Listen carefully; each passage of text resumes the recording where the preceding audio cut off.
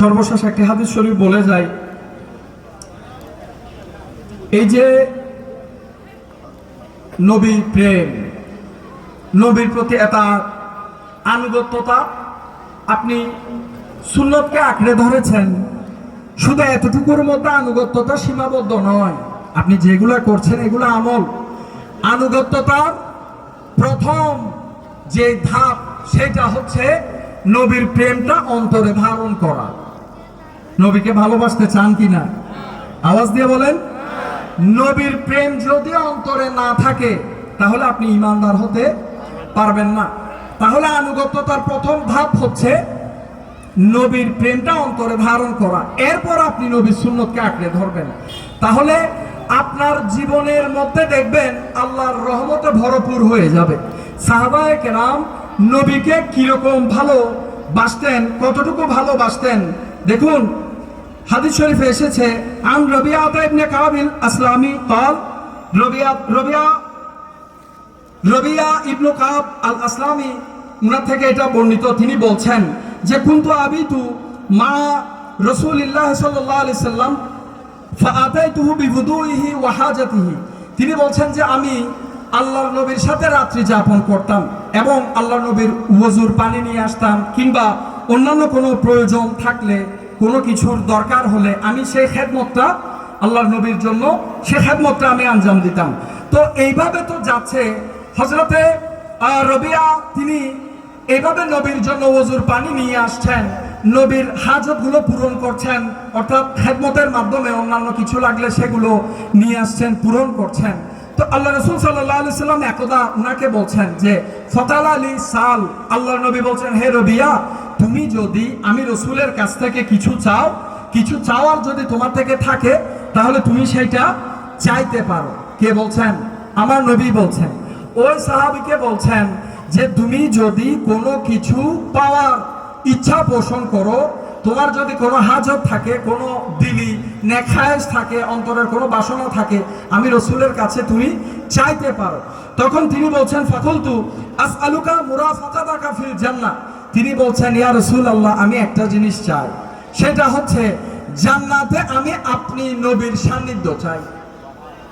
জান্নাতে আমি আপনি নবীর সান্নিধ্য চাই। আল্লাহ নবী বলছেন, আও গায়রা যালিকা কুলতু হুয়া যাকা। আল্লাহ নবী বলছেন, আরো কিছু যদি চাওয়ার তাকে চাইতে পারো, বলতে পারো।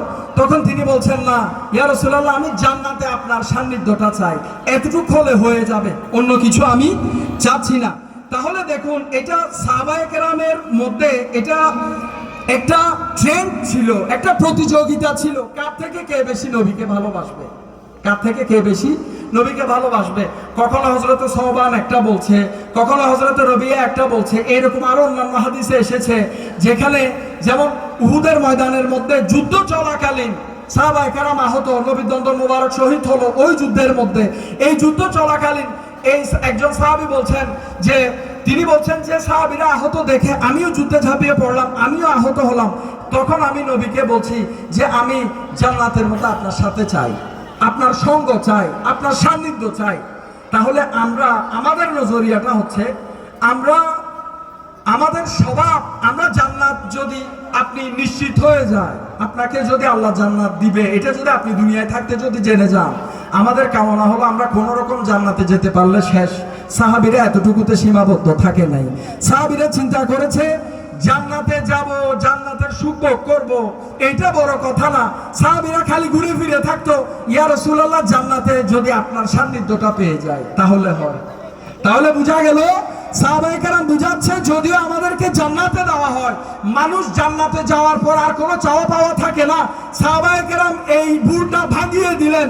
সাহাবায়ে কেরাম বলছেন, মানুষ যখন, আমরা সাহাবীরা যখন জান্নাতে যাব, জান্নাতের লোভ লালসার কামনা আমরা করি না, জান্নাতেও দুজাহানের বাদশা নবীর দিদার আমরা আশা করি। ভালো যদি বাসতে হয় হযরতে নিজামউদ্দিন মাহবুব ইলাহির মতো করে ভালোবাসুন। হযরতে নিজামউদ্দিন মাহবুব ইলাহির মতো করে ভালোবাসুন। নিজামউদ্দিন মাহবুব ইলাহি সশরীরে মদিনা পাকে যেতে পারেন নাই, সশরীরে যেতে পারেন নাই। বাতাসকে হুকুম দিলেন রুহানি ভাবে। সুফিরা বলছে বাতাস, ওই দিনের বাতাস রিয়াজুল জান্নাতে নিজামুদ্দিন মেহবুব ইলাহির সুরত ধারণ করে রসুল খোদার রোজা আথরের মধ্যে সালাম আরজ করেছিল, সালাম আরজ করেছিল। সবাব সুয়ে মদিনা রোকন আজি দুআ গো সালাম বরখা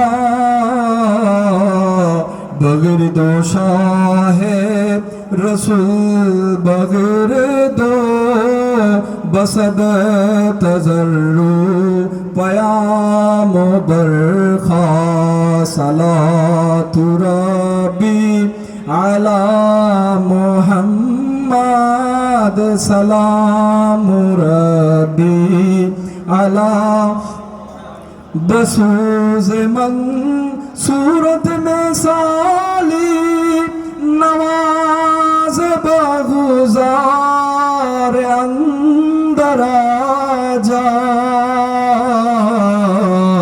बलहने हुश सुराए मोहम्मद तमाम अंदर कयाम बरखा सलातु रब्बी अला मुहम्मद सलामु रब्बी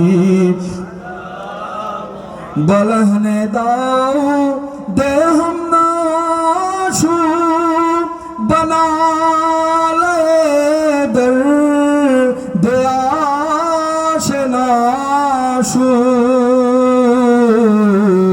बबज़ में पैगम बरी गज़लरा ज़अब्द आज़ीज़ निज़ाम बरखा सलातु रब्बी अला मुहम्मद सलामु रब्बी अला।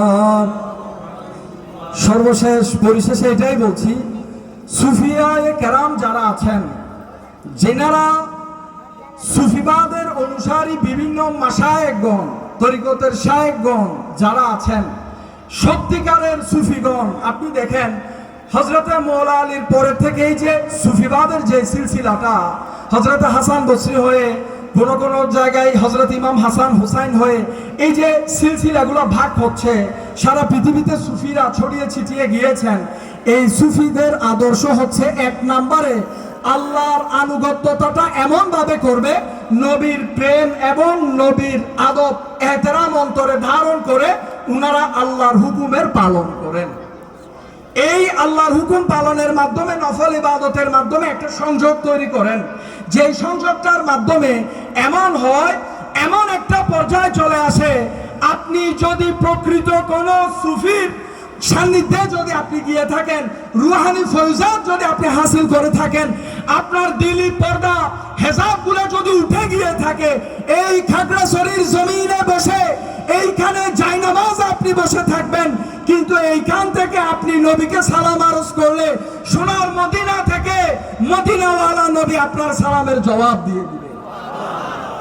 এগুলা হচ্ছে সুফিবাদের মধ্যে আল্লাহর দেওয়া নেয়ামত। তো এখন তো মানুষকে সুফিবাদ থেকে সরানোর চেষ্টা করছে। সুফিবাদের মধ্যে বলে না মাজার পূজা, এগুলা কতগুলা বাজে কথা। পূজা পূজা আচ্ছা, পূজা শব্দটা কি? স্টেজে অনেক আলেম আছেন, পূজা শব্দটা কি? আপনি মনে করেন নামাজ পড়তেছেন, আপনি কি কেউ কোন আলেম বলবে যে ওই দেখো আল্লাহর পূজা করতেছে? কেউ বলবে? এটা অন্য ধর্মের একটা কথা শব্দ, ওইটাকে টেনে এনে আমাদের ইসলামী সংস্কৃতির মধ্যে প্রবেশ করানো, এটা কি আদবের বরখেলাফ না? আদবের বরখেলাফ। এই যে পূজা বলছেন, নবী কি কবর জিয়ারতের কথা বলে নাই? বলেছেন। তো আপনি এই যে মাজারগুলোর জিয়ারত করছেন, এটা আপনাকে আমাকে সরানোর জন্য ছোট ছোট বাচ্চাগুলা ছোট থেকে যখন শুনবে, একজন মানুষ বললো আমি শাহজালাল ইয়ামিনীর জিয়ারতে গিয়েছি, আরেকজন বললো যে মাজার পূজা করতেছে, শব্দটা ওই ছোট বাচ্চাটার ব্রেন কিন্তু সেটা ক্যাচ করতেছে। তখন থেকে সে কি করে সুফিদের থেকে দূরে সরে যাচ্ছে, ওয়ালিদের থেকে দূরে সরে যাচ্ছে। এগুলা কোনো মুসলমানের কাজ না। মাজার জিয়ারত হয়, মাজার জিয়ারতের মাধ্যমে উপমহাদেশের মধ্যে অনেক ওলি আছেন, মাজার জিয়ারত করতে গিয়ে কোনো একটা বিষয় ছিল যে জিনিসটা তিনি হয়তো জানতেন না, কিন্তু মাজারের মধ্যে যিনি শায়িত আছেন তিনি রুহানি ক্ষমতা বলে বিষয়টা ওনাকে জানিয়ে দিয়েছেন। এরকম বহু ঘটনা পৃথিবীর জমিনের মধ্যে আছে। তো আল্লাহর ওলিরা যারা প্রকৃত সুফি হয়, সেই সুফিদের কাছে আপনি গেলে আপনি সবচাইতে বড় একটা আপনার কাজ হবে, সেটা হচ্ছে আপনার ঈমান হেফাজত হয়ে যাবে। আপনি কখনো নবীর সাথে বেয়াদবি করবেন না, নবী বিদ্বেষী হবেন না। যারা কোনো দরবারের মুরিদ, কোনো সুফির অনুসারী, তাদেরকে দেখবেন তারা কখনো নবীকে নিয়ে এমন কথা বলবে না যে কথাটার মাধ্যমে নবীর শানে গুস্তাখি হয়, এরকম কথা বলবে না। কিন্তু যারা কোনো মাজারে যায় না, যারা কোনো ওলির হাতে হাত রাখে না, যারা আল্লাহর ওলিদেরকে বিশ্বাস করে না, তাদেরকে দেখবেন কখনো খাদিজাতুল কুবরা, কখনো হযরতে ওমর, কখনো হযরতে আলী, কখনো আমার নবীর পর্যন্ত দোষ খুঁজে বেড়ায়। তাহলে দুইটা দিক হয়ে গেল। একটা হচ্ছে মুসলমানদের মধ্যে সুফিজম, ওই সমস্ত মুসলমানরা যারা সুফিজমের অনুসরণ করে। আরেকটা দিক হচ্ছে ওই সমস্ত মুসলমান যারা সুফিজমের সবসময় বিরোধিতা করে। যারা সুফিজমের বিরোধিতা করে তাদের আলামত হচ্ছে তাদের মধ্যে আপনি আমার নবীর শানে বেয়াদবি পাবেন, আমার নবীর সাহাবীদের শানে বেয়াদবি পাবেন, আমার নবীর স্ত্রীদের শানে যেসব কথা যায় না ওই সমস্ত বেয়াদবিমূলক শব্দ ওইসব মানুষের কাছে পাবেন। আর সুফিবাদের মধ্যে যারা আছে তাদের কাছে গেলে সব সময় আপনাকে বলবে নবীকে নিঃস্বার্থ ভালোবাসো, নিঃস্বার্থভাবে নবীকে সর্বোচ্চ তাজিম করো। তো আপনার ঈমান সালামত হবে, কোনো লস নাই। কোনো আল্লাহর ওলির মাজারে গেলে কোনো লস নাই, জিয়ারত করেন, আল্লাহর কাছে চান, কেউ নিষেধ করে নাই। আল্লাহর ওলিদেরকে আল্লাহ ক্ষমতা এই জন্য দিয়েছেন যেন আমাদের মতো সাধারণ মানুষকে ওই আল্লাহর ওলিরা নিজের রাস্তার মধ্যে টেনে এনে শিক্ষা দিতে দিতে ইহদিনাস সিরাতাল মুস্তাকিমের একজন প্রকৃত ধারক বাহক হিসেবে আপনাকে রূপান্তরিত করা যায়। আল্লাহ পাক রব্বুল ইজ্জত আজকের এই মাহফিলকে, আমাদের সকলের হাজিরিকে, উপস্থিতিকে, বিশেষ করে আজকের মাহফিলে যারা